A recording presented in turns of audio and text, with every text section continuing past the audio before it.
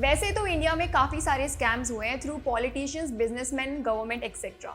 But उन सभी scams में से कुछ स्कैम ऐसे थे जो बहुत ही बड़े लेवल पर हुए थे, बट लोगों को आज तक उनके बारे में नहीं पता। तो इस वीडियो का मोटिव है आपको उन स्कैम्स के बारे में बताना कि वो कैसे हुए और कब हुए। सो इस वीडियो को प्लीज लास्ट तक देखें। Stay tuned with me, I am Surbhi Palariya and you are welcome to 3D media. 2012 में जब मनमोहन सिंह की सरकार थी तब कोल एलोकेशन स्कैम हुआ था। ये स्कैम मोस्टली कोल गेट के नाम से जाना जाता है और ये इंडिया के सबसे बड़े स्कैम्स में से एक है, इसलिए ये हमारी लिस्ट में शामिल है। This scam concerns the illegal allocation of nations coal deposit to public sector entities and private companies by prime minister Manmohan Singh. सीधी भाषा में बोले तो इंडियन गवर्नमेंट कोल रिजर्व्स को पब्लिक एंड प्राइवेट कंपनीज में एलोकेट करती रहती है। कॉम्प्ट्रोलर एंड ऑडिटर की मार्च 2012 की रिपोर्ट से पता चला कि इंडियन गवर्नमेंट ने 2004 टू 2009 तक की कोल की इलीगल तरह से एलोकेशन की।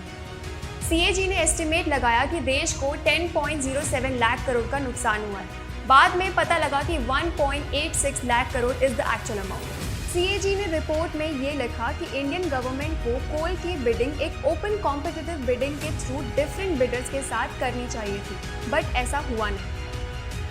कॉम्पिटिटिव बिडिंग इंडिया को कोल एलोकेशन में डबल और मे बी ट्रिपल प्रॉफिट पहुंचाती, बट डिफरेंट मेथड्स अप्रोच करने की वजह से इंडिया को काफ़ी लॉस हुआ। मेनली इस डील में प्राइवेट कंपनी ओनर्स को फायदा हुआ।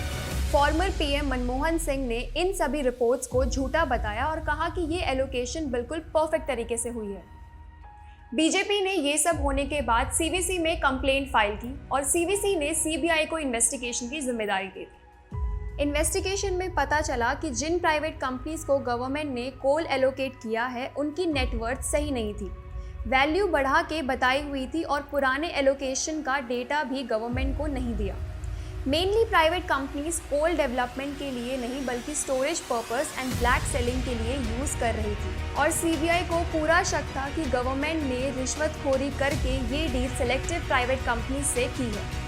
पैरामिलिट्री स्टैंडर्ड्स की टीम की स्टील एंड कोल की एक रिपोर्ट में बताया कि not only from 2004, in fact the unauthorised allocation of coal is happening since 1993।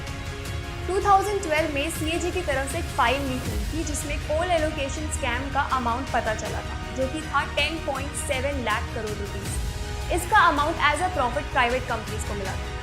2004 to 2009 तक 155 अनऑथराइज्ड कोल एलोकेशन हुए थे।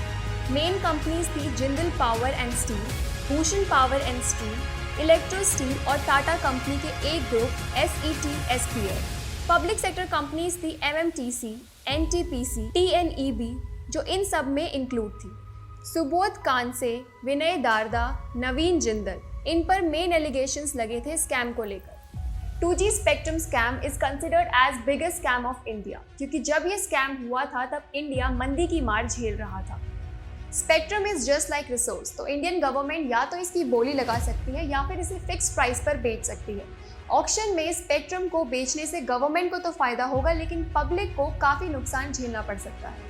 ज़्यादा ऊंची बोली मतलब ज़्यादा प्राइसिंग मतलब प्राइवेट कंपनी का टैरिफ भी ज़्यादा। फिक्स प्राइस में गवर्नमेंट किसी भी कंपनी को बेच सकती है, इवन अपने फायदे के लिए। 2007 टू 2009 आईटी मिनिस्टर ए राजा ने 122 2GB spectrum licence fix prices में इशू किए। ए राजा ने काफ़ी कम प्राइसेस पर लाइसेंसेस बेचे और रूल्स एंड रेगुलेशंस भी फॉलो नहीं करे, जिसकी वजह से गवर्नमेंट को 1.76 लाख करोड़ रुपीस का लॉस हुआ।